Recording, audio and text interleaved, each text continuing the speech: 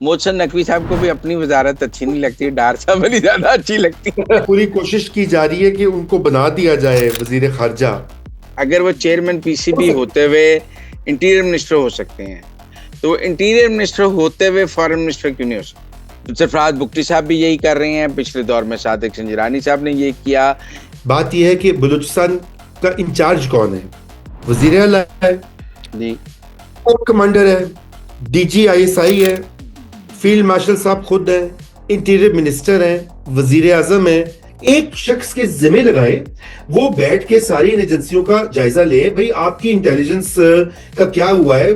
पंजाबी मजदूरों को जो मारा जा रहा है, आम निहत्ते सिविलियंस को मारा जा रहा है, बलोच लोगों को, पख्तून लोगों को, पंजाबियों को। मोहसिन नकवी का आपको वो बयान तो याद होगा ना? फिर अब आप मुझे उस पर चैलेंज ना कीजिएगा जब उसने कहा कि जी एक एसएचओ की मार है, एक एसएचओ ठीक कर देगा ये मसला। और सीडीएफ अपनी पूरी हायरार्की लेके वहां कोयटा में बैठ जाएं और कहें आज से जीएचक्यू कोयटा में है, मैं बैठा हूं यहाँ, देखिए पहले जी, चीजें ठीक होंगी फिर मैं जाऊंगा। देखिए जी, मैं यही अर्ज कर रहा हूँ, मैं जो पहले बात कह रहा था, अगर सरफराज बुगटी और उनकी टीम फेल है तो यकीन जाने जो इस्लामाबाद में बैठे वो भी कोई उन्होंने कामयाबी का झंडा नहीं गाड़ा, उनकी भी जिम्मेदारी उतनी ही बनती है। कि जहां हमें मिलिट्री एक्शन बहुत सख्त करना चाहिए, वहां पॉलिटिकल डायलॉग का रास्ता भी खोलना चाहिए। ये बात मैं आपकी एग्री करता हूँ कि शुक्र चीजों है तो फिर लाइन जुड़ के फिर मान ही गए हो। एक जरदारी साहब ने, मैं जैसे वो आगाजे हकूक बलूचिस्तान पैकेज उन्होंने उसका ऐलान किया, उसमें डायलॉग भी हुआ, पैसे भी हुए, पता नहीं अल्लाह जाने उसका क्या हुआ। अच्छा, क्या हुआ, सारे सरदार खा गए। फेयर ट्रायल, एक फेयर इंक्वायरी ये साबित कर सकती है कि क्या मारंग बलोच जो है वो सहूलतकार है बीएलए की या नहीं। रियासत कहती है कि वो है। अस्सलाम वालेकुम नाज़रीन, मुज़म्मिल सरवरदी के ऑफिशियल यूट्यूब चैनल के साथ मैं हूं मुज़म्मिल सरवरदी। उम्मीद है आप खैरियत से होंगे। नाज़रीन, बहुत दिनों बाद मैंने अपने उस्ताद रज़ा रूमी को पकड़ ही ली है। बड़ी लंबी गैर हाजिरी ली है, गायब थे ये बिल्कुल। मुझे लग रहा है ईरान अमेरिका सुलह कराने ये चले गए थे स्विट्जरलैंड, और वो जो टेक्निकल टॉक्स थी वो सारी रज़ा रूमी साहब पीछे से कंडक्ट कर रहे खराब कर दी। थे। ठीक है, अस्सलाम वालेकुम रूमी साहब, क्या हाल है? जी जी, वालेकुम सलाम। आपने तो देखे ना, मुझे मोहसिन नकवी बना दिया। ये काम मोहसिन आ, नकवी साहब करते हैं, यहाँ से वहाँ। आ, वो मुल्क में तो होता ही नहीं है आ, वजीर दाखिला। तो मैं तो बिल्कुल बस मैं भी खैर ट्रैवल कर रहा था, लेकिन बहरहाल गुड टू बी बैक जनाब। अच्छा, वैसे मैं आपको एक बात बताऊं, अक्सर कहते हैं दूसरे की बेगम आपको अच्छी लगती है, अपनी बेगम अच्छी नहीं लगती। मोहसिन नकवी साहब को भी अपनी वजारत अच्छी नहीं लगती, डार साहब वाली ज्यादा अच्छी लगती बहुत अच्छी बात कही है। अभी तो अभी तो आपको पता ना, पूरी कोशिश की जा रही है कि उनको बना दिया जाए वजीर खारजा। सर तो कोशिश फिर क्यों कर रही है? अगर नहीं, आ, वो आ, देखिए मतलब आ, ख्वाहिश है किसी की ना, तो सर उसकी ये ख्वाहिश चक्कर है। है। सर वो अगर उनकी ख्वाहिश है तो हाँ, 1 मिनट से कम वक्त में हो सकता है, और अगर नहीं उनकी ख्वाहिश ऐसे नहीं है और मोहसिन नकवी की अपनी ख्वाहिश है तो और बात है। मैं ये नहीं मानता कि सीडीएफ की ख्वाहिश है और कोई को रोक सकता है इस मुल्क में। रोक सको तो देखिए रोक मैंने लो, रोक देखिए सको तो मैंने फिर तो रोक लो। नहीं भाईजान, मैंने तो सीडीएफ की बात नहीं की। आ, तो ना करो। आ, तो मैंने मैंने तो ये कहा है कि बेसिकली सीडीएफ की ये मुझे नहीं पता है कि नहीं है, लेकिन ताकतवर कुछ हलकों के अंदर ये बात की जा रही है। लेकिन मुजम्मिल साहब, वो बड़ी ध्यान से करनी पड़ती है। उसकी वजह ये है कि अगर वो वजीर खारजा बनते हैं, फर्ज कीजिए, तो वजीर दाखिला कौन बनेगा? वजीर दाखिला जो है वो भी एक बड़ी अहम पोस्ट है। जो रेंजर्स और पैरा मिलिट्री फोर्सेस हैं, उनकी तनख्वाहें और उनका एडमिनिस्ट्रेटिव डिपार्टमेंट जो है वो इंटीरियर मिनिस्ट्री है। फिर वहाँ पे तब्दीली करनी पड़ेगी, वहाँ पे किसी को सियासी सिविलियन हुकूमत की साइड से अकोमोडेट करना पड़ेगा। और फिर अगर यहाँ से नाराज होते हैं सिविलियंस, तो देखें ना, ये एक हाइब्रिड निज़ाम ऐसे बना हुआ है कि इसके ये आपस में सब इंटरडिपेंडेंट है, एक दूसरे के ऊपर इन्हिसार करते हैं। इससे जो लोग कहते हैं जी हुकूमत चली जाएगी, जा रही है, वो तब्दील हो जाएगी, ये सारी बेवकूफ़ाना बातें हैं। क्योंकि एक को आप निकालेंगे फरीक को, तो जैसे आप कभी कभी कहते हैं कि पीपल्स पार्टी का मकू ठप दिया जाएगा, वो भी नहीं हो सकता। या कोई और लोग, वो हमारे दोस्त सुहेल वराइट साहब ने, मोहतरम ने लिखा कि जी शहबाज शरीफ की छुट्टी हो जाएगी, तो वो भी गलत है। क्योंकि अगर इनमें से एक सुतून भी हिलता है तो इमारत गिर जाती है। इमारत ही ऐसे बनी है। और अब आप समझ ही गए कि मेरा इशारा किधर है। मैंने उनका जिक्र नहीं किया, लेकिन कर दिया। देखें रूमी साहब, आ- बात यह है कि अगर वो चेयरमैन पीसीबी होते हुए इंटीरियर मिनिस्टर हो सकते हैं, तो इंटीरियर मिनिस्टर होते हुए फॉरेन मिनिस्टर क्यों नहीं हो सकते? वाह जी वाह, तुसी ने दबिया, तुसी दबिया दबिया। तुसी मशवरे दे नवे नहीं नवे नहीं, आइडियाज मुझे तो मुझे सोचिया भी नहीं बताएं, होएगा। मुझे बताएं, अगर वो चेयरमैन हो पीसीबी सकता होते हुए इंटीरियर मिनिस्टर हो सकते हैं, तो इंटीरियर मिनिस्टर होते हुए फॉरेन मिनिस्टर क्यों नहीं हो सकते? नहीं, होने को तो बहुत कुछ हो सकता है। वो तो आपकी बात ठीक है, लेकिन मेरा नहीं ख्याल कि ये मुमकिन होगा और ये इतना आसान होगा, क्योंकि ये ऑलरेडी उनके ऊपर ये सवालात उठ रहे हैं और बड़े लोगों की तरफ से उठ रहे हैं कि भाई बड़े लोग इंटीरियर, कौन से आप कह रहे हैं उठ रहे हैं? अंदर देखें, अंदर एस्टेब्लिशमेंट के अंदर भी ये सवाल तो है ना कि भाई वजीर दाखिला भी है, क्रिकेट का भी है, एलची भी बना हुआ है स्पेशल। तो वो तवज्जो नहीं हो रही। अभी ये जो बलूचिस्तान में हुआ है, देखें ना कितनी ज्यादा तनकीद आ रही है मोहसिन नकवी के ऊपर। और आप ये ना भूलें, सीधे एस्टेब्लिशमेंट पे होती है वो, सिर्फ मोहसिन नकवी पे तनकीद नहीं होती। वो क्या होता है कि रोंदियां रोंदियां यारा नू नाल है भरावा दूं। तो ये बात है कि वो जब लोग कहते हैं ना मोहसिन नकवी ने ये कर दिया, मोहसिन नकवी ने वो कर दिया। अब आप सोचिए इसके ऊपर कि इतनी तनकीद पिछले 48 घंटों में, बिशमूल मेरे, मैंने भी बहुत तनकीद की है मोहसिन नकवी साहब पे, इसीलिए आपको मैंने नहीं पता ही की, है। मैंने नहीं नहीं, की। आपने नहीं की। देखिए, आप मैं तो बड़े क्या उसे बोलते हैं, अच्छी अच्छी नेचर के मालिक हैं। आप ऐसी बातें नहीं करते। तो हमने तो बहुत किया, क्योंकि हमारा जहां दिल चाह रहा है तनकीद करने का, वहां हम कर नहीं सकते, मसला बन जाता है। इसलिए हम कहते हैं मोहसिन नकवी चूंकि उनका नुमाइंदा है, उनका लगाया हुआ बूटा है, इसलिए अनु रगड़ो। ठीक है ना? ये फिलॉसफी है। ये फिलॉसफी के तहत ना पानी नीवे था आंदा है ना माड़े नु मारो, नहीं खानदा माड़े है, नु आहो। मारो तगड़े हल ना तको।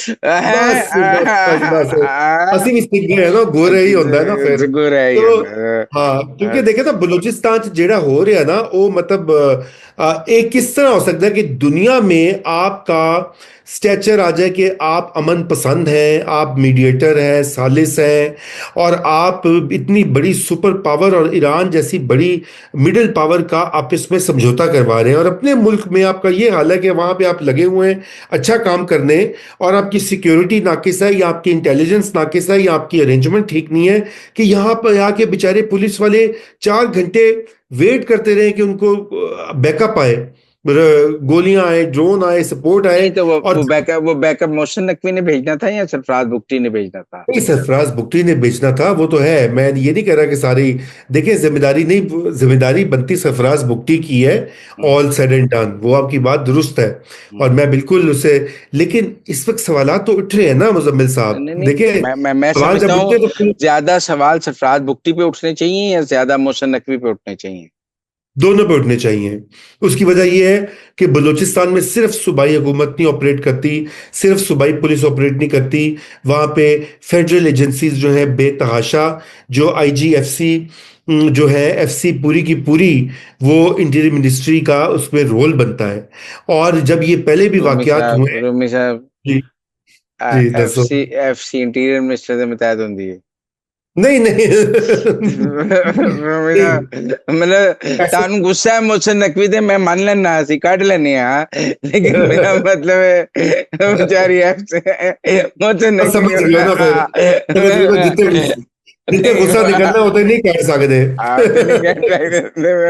नहीं कह असल गल तो ये है। सकते। वो एफसी को ऐड करता है मेजर जनरल, सही आईजीएफसी बात। मेजर जनरल होता है ना। जी तो, जी, ऐसा ही है, ऐसा ही है। तो मेजर जनरल मोहसिन नकवी ਦੇ ਮੁਤਾबिक नहीं हो सकता। देखो नहीं होता पाकिस्तान ਦੇ स्ट्रक्चरल ਤੁਸੀਂ ਨੌਕਰੀ ਕੀਤੀ ਹੈ, ਤੁਸੀਂ ਇਹ ਦੱਸੋ ਮੇਜਰ ਜਨਰਲ इंटीरियर मिनिस्टर ਦੇ ਮੁਤਾबिक हो सकता है? नहीं, नहीं होता। लेकिन लेकिन अर्ज मेरी सुनो वो ना। तो अपने कोर कमांडर ਦੇ ਮੁਤਾबिक ਹੁੰਦਾ है। आहो बिल्कुल हाँ, होता है। कि मुसन्नक भी तो मुतहद होता है।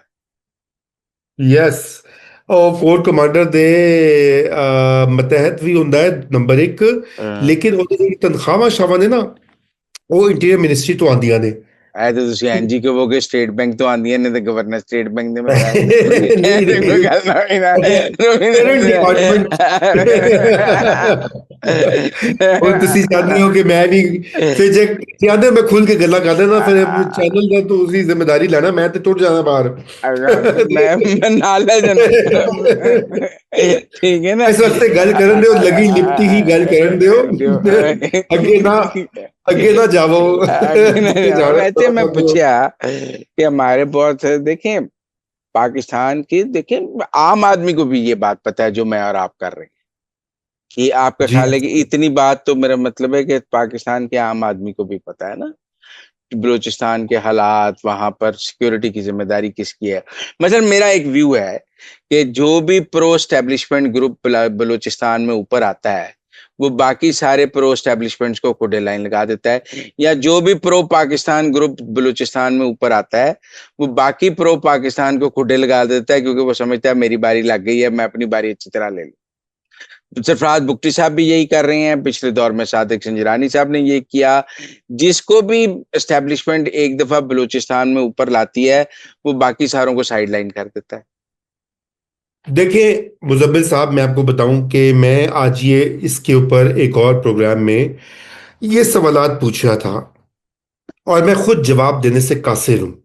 बात यह है कि बलूचिस्तान का इंचार्ज कौन है? वजीर आला है, जी। कोर कमांडर है, डीजी आईएसआई है, फील्ड मार्शल साहब खुद हैं, इंटीरियर मिनिस्टर हैं, वजीर आजम है। किसी सारों के वहां पे एजेंसीज मौजूद हैं, एफसीबी है, आईएसआई भी है, पुलिस भी है, एफसी की पूरी खेप है, सूबाई पुलिस है, लेवीज है जो कि ट्राइबल पुलिस। तो बलूचिस्तान में बहुत छोटे ए एरिया और बी एरिया बनाए हुए, 5 या 8% रकबा जो है वो पुलिस के तहत आता है। नहीं, अब बाकी ज्यादा आता है, वो लेवी खत्म कर दी उन्होंने। चले जो भी किया है, बहरहाल वो पुलिस की उस तरह से भर्ती नहीं हो सकी पूरी तरह से, अभी वो अवेलेबल नहीं है। किसी एक को तो कोऑर्डिनेट करना है ना, सबको बिठा के। अब अगर आप ये तवक्को करें कि फील्ड, मैं कहता हूं चले फील्ड मार्शल कर लें या कोर कमांडर बलूचिस्तान कर लें, कोयटा जो है corps commander Quetta, I have no issues. मैं ये कोई सिविलियन सुप्रीमेसी के यहाँ पे भाषण नहीं देने, एक शख्स के जिम्मे लगाएं, वो बैठ के सारी इन एजेंसियों का जायजा लें। भाई आपकी इंटेलिजेंस का क्या हुआ है? पंजाबी मजदूरों को जो मारा जा रहा है, आम निहत्ते सिविलियंस को मारा जा रहा है, बलोच लोगों को, पख्तून लोगों को, पंजाबियों को, सराइकियों को, एफसी के जवानों को, पुलिस के जवानों को, कोई एक उसकी ले। और इनकी जो सप्लाई है अफगानिस्तान से आ रही है, पैसे आ रहे हैं, हथियार आ रहे हैं, इतनी तो इंटेलिजेंस होती है। और जो लोकल और साथ में पॉलिटिकल डायलॉग का रास्ता खोलें, जो जरदारी साहब ने स्टार्ट किया था आगाज वो बलूचिस्तान के हकूक का पैकेज बनाया था, 100 अरब रुपया और पता नहीं क्या क्या डायलॉग होना था, 2008-9 की 10 की बात है। आपके पास वो सारा फॉर्मूला मौजूद है, तो ये काम कोई तो करे ना। एक बिल्कुल ये है, हम देखते हैं कि एक वाकया होता है जाफर एक्सप्रेस, बयानात आ जाते हैं, सख्त हार्ड स्टेट बन गई है, सख्त कार्रवाई करेंगे, छोड़ेंगे नहीं, ऑपरेशन स्टार्ट होगा। मुजम्मिल सुहरवर्दी साहब भी खूब उस पर जिसे कहते हैं इंटरव्यू देते हैं, प्रोग्राम करते हैं, थंबनेल्स लग जाते हैं कि जी ऑपरेशन, बड़ा ऑपरेशन शुरू, बड़ी कार्रवाई शुरू। कितने सालों से हम ये देख रहे हैं, बल्कि मैं तो पिछले 1 दहाई से ज्यादा हो गया यही देख रहा हूँ पैटर्न। भाई आपके यहाँ अगर कोई फेलियर होता है किसी भी इदारे का, पुलिस का हो, रेंजर्स का हो, इंटेलिजेंस एजेंसीज का हो, तो आपको इनकी अकाउंटेबिलिटी करें, कोई जवाबदेही करे, कोई सम हेड्स मस्ट रोल। और मेरी अब ये तवक्को है फील्ड मार्शल से कि वो ये करके दिखाएं, क्योंकि ये बड़ी जरूरी है। फिर आपको पता है वहां पे एक और पूरा रैकेट है स्मगलिंग का, और जो इस पूरी जो कॉन्फ्लिक्ट है इसकी एक इकोनॉमी बन चुकी है, जिसका फायदा खुद हुकूमती और रियासत के अंदर जो लोग हैं वो फायदा उठा रहे हैं। उनकी भी सफाई करें, जो लोग इस धंधे में शामिल हैं, कि स्मगलिंग से कौन फायदा उठा रहा है, कौन बेनिफिट ले रहा है, उनका भी मुहासबा होना चाहिए। और ये काम फील्ड मार्शल और शहबाज शरीफ ही मिलके कर सकते हैं, उसी लेवल पे ये बात होगी। और मे बी डीजीआईएसआई उसमें एक रोल अदा कर सकते हैं। लेकिन अगर आप ये तवक्को करें कि चीफ मिनिस्टर बलूचिस्तान जो जिसको लगाया इन्होंने है वो इनको कहेगा कि जी मैं आपकी सफाई का आगाज करूंगा, वो हो नहीं सकता। ये अब लेवल वहां आ गया है। ये जब भी अभी कोयटा में ये लोग गए हुए थे, तकारीर की हैं, आई होप कि कोई अंदर में ये भी बातें हुई होंगी कि कोई अकाउंटेबिलिटी करें। देखे ना, हमें पता है कि भारत का क्या रोल है, हमें पता है अफगानिस्तान का क्या रोल है, बिल्कुल हम जानते हैं। सब पाकिस्तानी अब जानते हैं, खुद जो लोग वहां बलूचिस्तान से वो ये कहते हैं हाँ है रोल। मैंने कईयों से पूछा है, 8-10 लोगों से मेरी बात हुई है पिछले कई महीनों से, बल्कि जारी है। वो कहते हैं जी बिल्कुल फॉरेन हेड है, लेकिन जो लोकल लेवल के ऊपर लोगों के मसाइल और ग्रीवेंसेस हैं उनको भी तो एड्रेस करें ना। लोग क्यों पाकिस्तानी रियासत पर एतमाद खोते जा रहे हैं? क्या वजह है कि सूबाई हुकूमत में उनका ट्रस्ट नहीं है? क्या वजह है कि सूबाई एजेंसीज के ऊपर उनका एतमाद नहीं है? ये सारे बड़े बड़े सवालात हैं वो कहते जो हैं कि एक खैतरान को उन्होंने हटाया है कि जी वो भत्ता देता था बीएलए को, और अब वो कहता है सारे देते हैं। वो कहते हैं कोई रह ही नहीं ये सकता वहां पर बीएलए को भत्ता दिए बगैर, तो फिर आप ये कोई अपने बताएं, इलाके में जा ही नहीं सकता भत्ता दिए बगैर।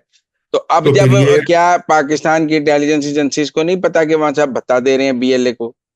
देखिए जी, बात ये अगर पाकिस्तान की इंटेलिजेंस एजेंसीज को पता है तो उन्होंने तो इनको लगवाया और बनाया है। ये एक एक एमपी है, एक एक मिनिस्टर उन्हीं की मर्जी से तो लगा हुआ है। सारा इलेक्शन मैनेज कौन करता है ना? मुजम्मिल साहब छोड़ें, अभी बड़ी कॉम्प्लिकेटेड बात है। बात ये है कि आवे का आवाई बिगड़ा हुआ है सूबे में, उसको मिसमैनेज किया किया गया है माजी में, और ताहाल उसको मिसमैनेज किया जा रहा है। गवर्नेंस नाम की शय नहीं है।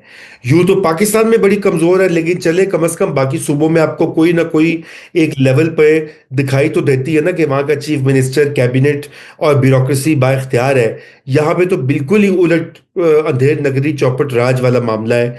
कोई इस्लामाबाद से लगा हुआ है, कोई कोर कमांडर के एक एरिया या एक हिस्सा या एक गवर्नेंस का एरिया उनके तहत आता है, एक एरिया आईजीएफसी देखते हैं, एक एरिया चीफ मिनिस्टर देखता है, एक एरिया आईजी देखता है, एक एरिया इस्लामाबाद देखता है। मतलब एक अजीब खिचड़ी पक गई हुई है।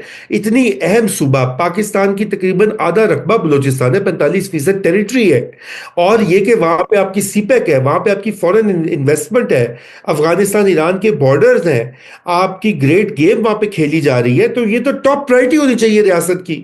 लेकिन मुझे ऐसा नहीं लगता है। हो सकता है मैं गलत हूं, और हो सकता है कि मैं ज्यादा ही जज्बातियत का इजहार कर रहा हूं, लेकिन मुझे ये लगता है कि यहां पर फेल है।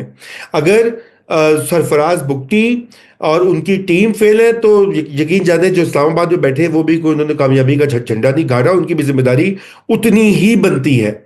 ये सीपैक देखे ना, सीपैक एक कमिटमेंट है, फेडरल गवर्नमेंट की कमिटमेंट है ये चाइना के साथ। वहां पे आए दिन कितनी देर से ये मामला वहां पे चल रहा है, और वो तो चीनी बड़े सबर वाले लोग हैं। कोई और मुल्क अगर, ये तो दोस्त हैं हमारे पाकिस्तान के, खैर ख्वाह हैं कि वहां से वो जारी रखे हुए हैं अपना काम। कोई और होता तो वो कहता है जी छोटी करो, असी नहीं इतने काम करना, मतलब आपसे ये संभाला नहीं जा रहा सूबा। कमाल है। और देखे ना, फिर और उसके ऊपर से मोहसिन नकवी का आपको वो बयान तो याद होगा ना।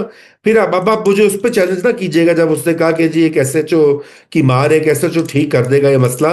तो अब मैं उनसे जानना चाहता हूं, मैं ये आजकल पूछ रहा हूँ वो एसएचओ कहाँ है? वो दिखा दें हमें जरा, वो उसको पेश कर दें ताकि पाकिस्तानी कौम भी देखे कि कौन सा वो एसएचओ है दबंग जो जाके तो बलूचिस्तान को ठीक कर देगा। ये जिम्मेदारी इनकी बनती है और इससे गुरेज नहीं करना चाहिए। ये बुगटी कुछ शुगटी पर लोगों का ये भी ख्याल है, राय है कि जब कोई बड़ा वाकया होता है तो prime minister, army chief, DJI, DGC, सारे जो हैं, सारे डीजीएमआई, सारे जो अस्करी वजीर, सारे उठ के कोयटा चले जाते हैं और एक सूबाई एपेक्स कमेटी का इजलास होता है। वो कहते हैं ये भी काउंटर प्रोडक्टिव है, यहाँ से जाके 15 दिन बैठन, उथु ना निकलन, कहें जी कि हम बैठे हैं जब तक हालात ठीक नहीं होंगे, 15 दिन बिल्कुल। सारे वहां बैठ जाएं, इनको और कोई थैंक यू। काम नहीं करना चाहिए सिवाय बलूचिस्तान को ठीक करने के। ये प्राइम मिनिस्टर की अपनी कैबिनेट लेके और सीडीएफ अपनी पूरी हायरार्की लेके वहां कोयटा में बैठ जाएं और कहें आज से जीएचक्यू कोयटा में है, मैं बैठा हूं यहाँ, देखिए पहले जी, चीजें ठीक होंगी फिर मैं जाऊंगा। देखिए जी, मैं यही अर्ज कर रहा हूं। मैं जो पहले बात कह रहा था, सीडीएफ ना भी बैठे तो अपना क्यों नुमाइंदा ना जो है बैठे सर क्यों ना बैठे? नहीं, इंटीरियर मिनिस्टर कानू क्यों लाया है क्यों बट नहीं नहीं, क्यों ना बैठे सर? खुद बैठे, वो सीडीएफ को काबीना खुद। का भी, वो ईरान काबीना का भी अमेरिका नुमाइंदा सुलह से इंपॉर्टेंट है बलूचिस्तान। बिल्कुल ज्यादा इंपॉर्टेंट है। हमारी मुस्तकबिल की, हमारी बका का सवाल है। अब हाँ, मतलब आप देखें ना कि ये और ईरान दी सुलह कोयटा तो बह के भी हो सकती है, ऐसी कोई गल नहीं। हर जगह तो हो सकती है जनाब, हाँ कोऑर्डिनेशन की जरूरत है, सख्त किस्म की, हाँ। सख्त किस्म की।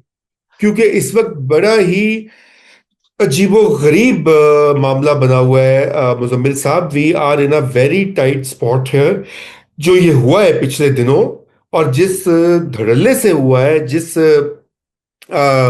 अब तरीके से। ये जो ऑपरेशन शबान की हमें बताया जा रहा है कि 72 खारजी मार दिए, 74 मार दिए, 84 मार दिए, हर बारी बताया जाता है। जी बिल्कुल बताया जाता है, और अभी भी वो बताया जा रहा है। मैं आज यही पूछ रहा था, मुझे किसी ने कहा कि ऑपरेशन शबान स्टार्ट हो गया। मैंने फिर उसको पढ़ना शुरू किया, एक दो जगह पे कॉल की, एक कॉलीग से पूछा, तो मैंने कहा ये इसमें कौन सी कोई नई बात है, ये तो पहले भी कई बार इस तरह के स्टार्ट हुआ। देखा, तो मैं यही अर्ज करता हूँ कि ये एक पैटर्न बन गया है, बड़ा ही अजीबो गरीब पैटर्न बन गया। और उसकी एक बुनियादी वजह यह है कि बहुत सारे लोग जो हैं, एक तो खैर शायद सीरियसनेस की कमी है, बलूचिस्तान चूंकि दूर है इस्लामाबाद से, उसको हमेशा समझते हैं अच्छा फिर वो बड़ा आसान होता है जी, इंडिया और अफगानिस्तान वहाँ पे लगे हुए हैं।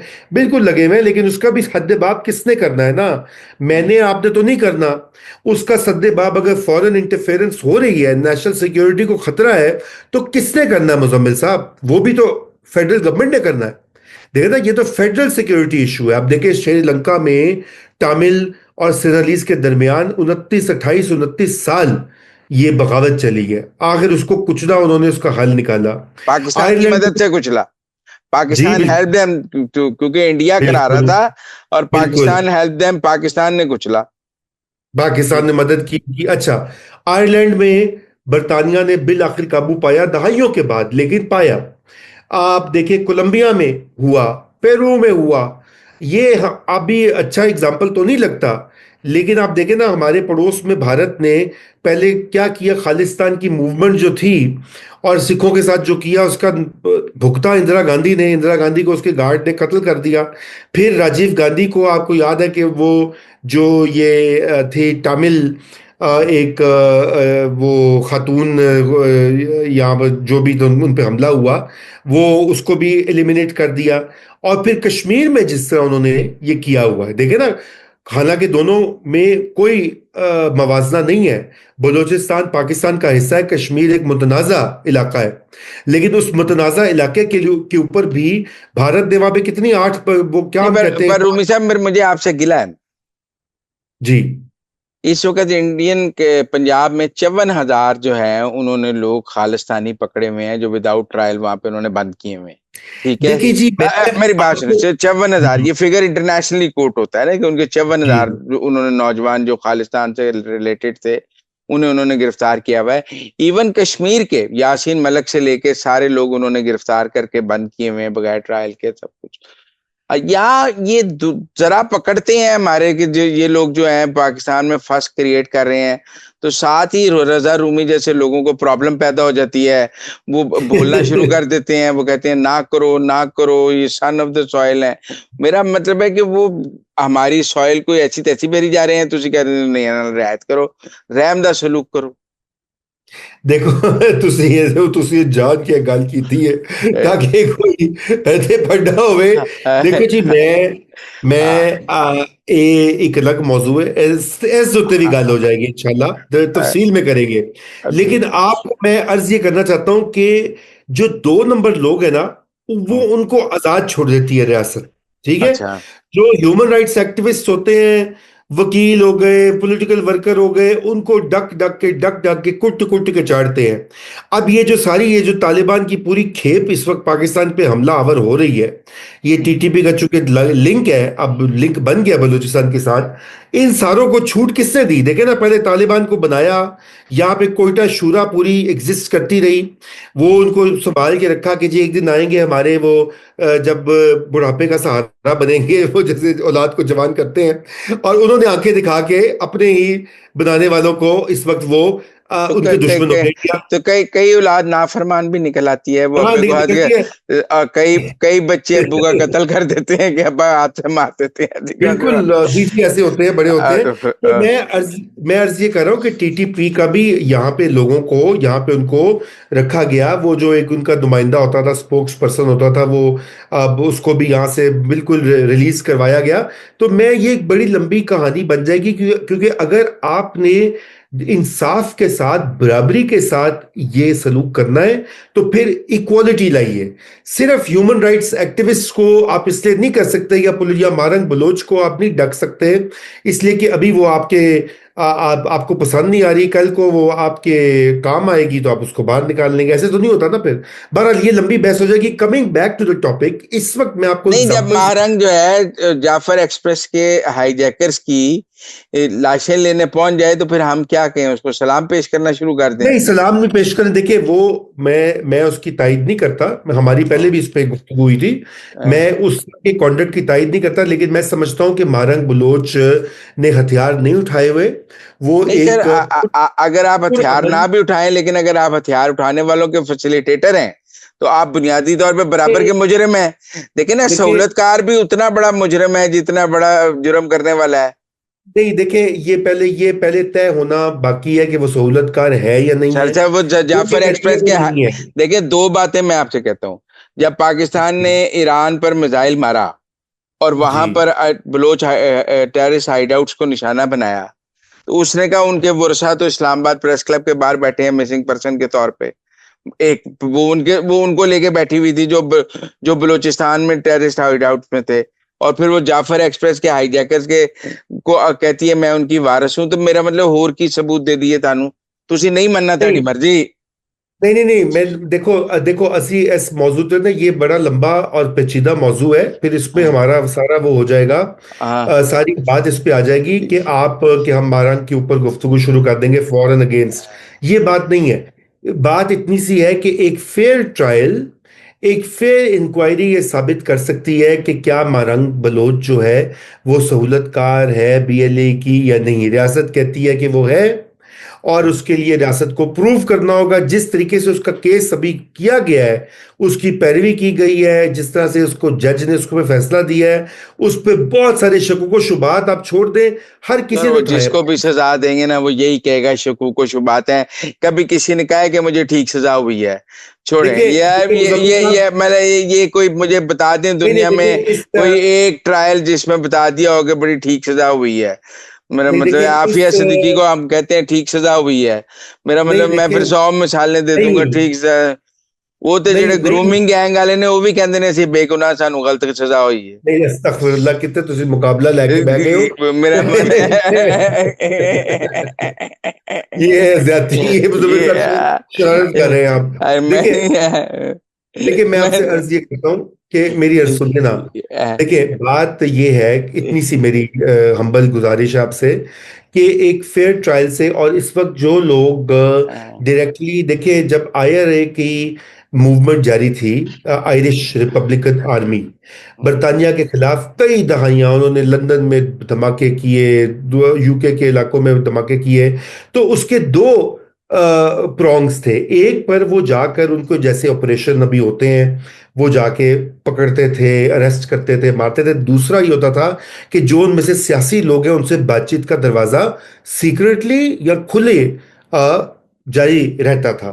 इस वक्त वो दरवाजा बिल्कुल बंद है। मारंग जैसे यंग लोग या उसके साथ जो काम करते हैं लोग, जो उस तहरीक का हिस्सा है, उनके साथ बातचीत तो कीजिए इसका। क्या बातचीत करें? देखे ना, जब हम ग्वादर एयरपोर्ट का इफ्तिताह करने लगे हैं और चाइनीज प्रीमियम भी आना हो तो वो ग्वादर में धरना दे देती है कि ये इफ्तिताह ना हो सके। ये तो फिर इंडिया ही चाहता था ना कि वो एयरपोर्ट का इफ्तिताह ना हो।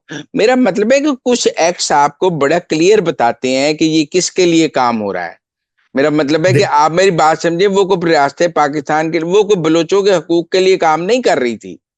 वो फॉरेन फंडेड फॉरेन एजेंडे पे काम कर रही थी। It was quite evident from her activities. देखिए जी, मैं इतनी सी आपसे अर्ज करूंगा हम्म मुजम्मिल साहब कि ये इसके ऊपर लेट्स, ये अगले हफ्ते जो हम बात करेंगे ना, हम्म। वो हम उसके ऊपर तफसील से बात करेंगे। हम्म। और ये इसके जो प्रोज एंड कॉन्स हैं वो लेकिन मैं देखेंगे, क्योंकि आपसे ये बात, मैं आपकी मुत्तफिक हूँ इस बात से कि जहां हमें मिलिट्री एक्शन बहुत सख्त करना चाहिए, वहां पॉलिटिकल डायलॉग का रास्ता भी खोलना चाहिए। ये बात मैं आपकी एग्री करता हूँ कि शुक्र चीजों है तो को फिर ना ढूंढ के फिर मान ही गए हो। नहीं नहीं, पर मेरा ख्याल है पॉलिटिकल डायलॉग भी उन लोगों से होना चाहिए जो आईने पाकिस्तान को मानते हैं, बिल्कुल। जो टेररिस्ट के पॉलिटिकल फेसेस नहीं है, जो पुरमन जो हकूक की बात करते हैं, तरक्कियात की, बलूचिस्तान की महरूमी की बात करते हैं, लेकिन वो आईने पाकिस्तान से वफादार हैं। ऐसा कोई बंदा देखे ना जी। अब महारंग के जलसों में तो बलूचिस्तान का वो तराना चलता था, वो पाकिस्तान का कौमी तराना तो नहीं चलाती थी। वो तो देखें, वो झंडा भी वो वाला चलाती थी और तराना भी वो वाला चलाती थी। तो जो भी पाकिस्तान में अपना कोई और तराना चलाता है या झंडा चलाता है, आपके ख्याल में हम उसको प्रो पाकिस्तान डिक्लेयर करते हैं, उसके बाद आपके साथ सर्टिफिकेट देते हैं उसको ह्यूमन राइट एक्टिविस्ट का? मेरे ख्याल से हमें कोई सर्टिफिकेट किसी को बिल्कुल भी देने की जरूरत नहीं है।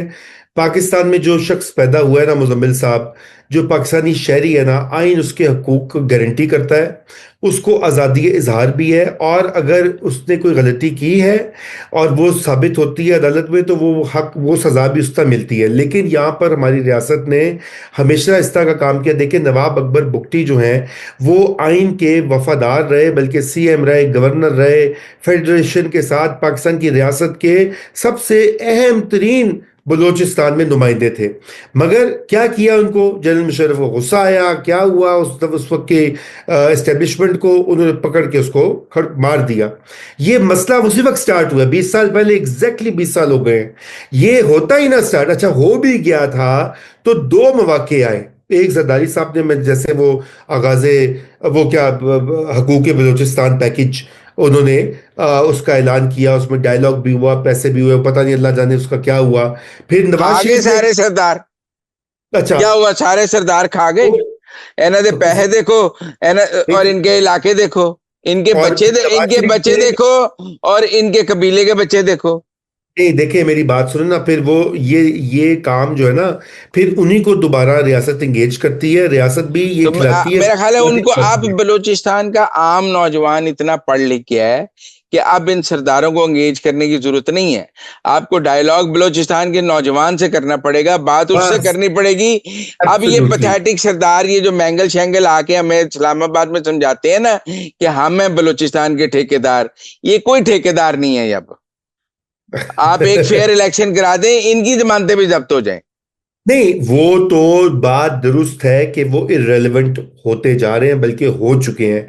ये बात और आपकी वो अपनी दुरुस्त है। इररेलेवेंस को बचाने के लिए एंटी पाकिस्तान एजेंडे पे खड़े हो गए हैं कि उनका ख्याल है इस तरह शायद उनको सपोर्ट मिल सकती है। हाँ, लेकिन मैं आपसे देखिए, मैं दोबारा से वही अर्ज करूंगा कि ये बात मुजम्मिल साहब पहले होती रही है, इसके ऊपर भी बहुत बात हुई है कि जो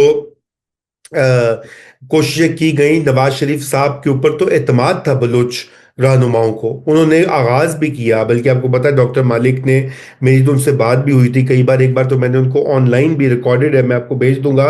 उन्होंने पूरा वो किस्सा बताया कि किस तरह से नवाज शरीफ सीरियस थे और वो हल करना चाहते थे। लेकिन आपको पता है कि कौन उनकी कोशिशों को रोक देता है? जरदारी को भी रोका, नवाज शरीफ को भी रोका, इमरान खान ने तो कोशिश भी नहीं की। अब दोबारा मौका आया है, एक सियासी इनिशिएटिव, अगर फौज अपना वहां पे ऑपरेशन कर रही है, वो बिल्कुल स्टार्ट करे, सफाई करे। जो लोग बाहर से फॉरेन फंडेड, फॉरेन स्पॉन्सर्ड हैं, उनका मुहासबा करें, सफाई करें बलूचिस्तान की। लेकिन साथ साथ पॉलिटिकल डायलॉग जो है वो सियासी हुकूमत को इनिशिएट करना पड़ेगा, और उसके अलावा कोई रास्ता नहीं है। और ये आई नो कि ये क्लीशे बन गया है कि सियासी मसले का हल सियासी होता है, लेकिन इसके अलावा कोई चारा कोई नहीं है। और ये हर जगह, जो मैंने आपको एग्जांपल दी है, श्रीलंका, ये अपना आयरलैंड, कोलंबिया, ये ममालिक में जहां जहां ये काम हुआ है, दोनों ट्रैक पे काम हुआ है। डायलॉग भी साथ साथ, श्रीलंका का डायलॉग नॉर्वे में हुआ, पता नहीं कहाँ कहाँ दुनिया के, इंडिया में, नॉर्वे में, वो साथ में जारी रहा। और यहाँ पर जो थे लेकिन रेबेल्स जो एक बात थे। मैं आपको बताऊं, जी। डायलॉग कामयाब तब होता है जब मिलिटेंसी कमजोर हो। अगर मिलिटेंसी ताकतवर हो तो डायलॉग कामयाब नहीं होता। डायलॉग की कामयाबी की एक ही सूरत है कि जैसे जैसे मिलिटेंसी कमजोर होती जाती है, अस्करियत पसंद कमजोर होते जाते हैं, बंदूक कमजोर होती जाती है, वैसे वैसे मुफाहमत मजबूत होती जाती है। आपने बिल्कुल दुरुस्त कहा। अब जरा आ जाइए कि मिलिटेंसी कितनी शदीद है। देखिए, क्या तखमीना लगाया जाता है कि 4-5 हजार फाइटर्स हैं, ठीक है, गेरिल्ला वॉरफेयर करते हैं। मे बी और रिक्रूटमेंट हो रही हो, मुझे नहीं पता। कल ही ये वो मेरी किसी से बात हो रही थी, उन्होंने कहा जी ये नंबर है। मुजम्मिल साहब, इतनी भी स्ट्रांग नहीं है। स्ट्रांग पता क्या है? उनको लोकल सपोर्ट मिल जाती है, उनको हाइड आउट्स मिल जाते हैं, लोकल जिसे आप कहते हैं सहूलतकारी, वो मिल जाती है। और नए भर्ती वो भी होने पैसे वाले से मिल जाती है ना जी, गुर्बत इतनी पैसे है। भी, वो जाकर पैसे देते हैं तो उनको जो सिर्फ पैसा, सहूलतकारी मिल जाती है। सिर्फ पैसा नहीं है, आइडियोलॉजी भी है, गमो गुस्सा भी है, ब्रेन वॉशिंग भी है। अब देखें ना, ये पढ़ी लिखी लड़कियां जो खुदकुश बम्बार बनी है पहले, वो कैसे बन गई हैं। बलूचिस्तान में ये कई केसेस सामने आए, कम से कम 3-4 केस तो मैंने उनकी केस स्टडीज पढ़ी है, बीबीसी में एक रिपोर्ट थी, उनकी पूरी हिस्ट्री थी। ये कोई आपकी ये एक ब्रेन वॉशिंग एक, तो मैं वही कह रहा हूं ना कि इसको ग्रीवेंस को, इस एहसास महरूमी को कम ये होगा, उस वक्त ये कमजोर हो जाएगी मिलिटेंसी। लोग जी। आपके साथ आ जाएंगे, इनकी कोई हैसियत नहीं होगी। उन लोगों को कैसे साथ लाना है? जाली इलेक्शन से नहीं आएंगे, झुर्लू पहनने से नहीं आएंगे, हैंड पिक इस्लामाबाद में बैठ के काबीना का, चीफ मिनिस्टर का फैसले से नहीं आएंगे।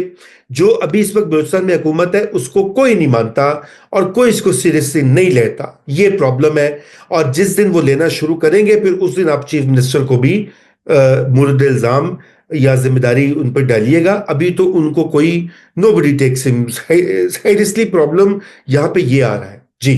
बहुत शुक्रिया रूमी साहब हमारे साथ बात करने का। It was pleasure talking to you. Thank you very much. Thank you.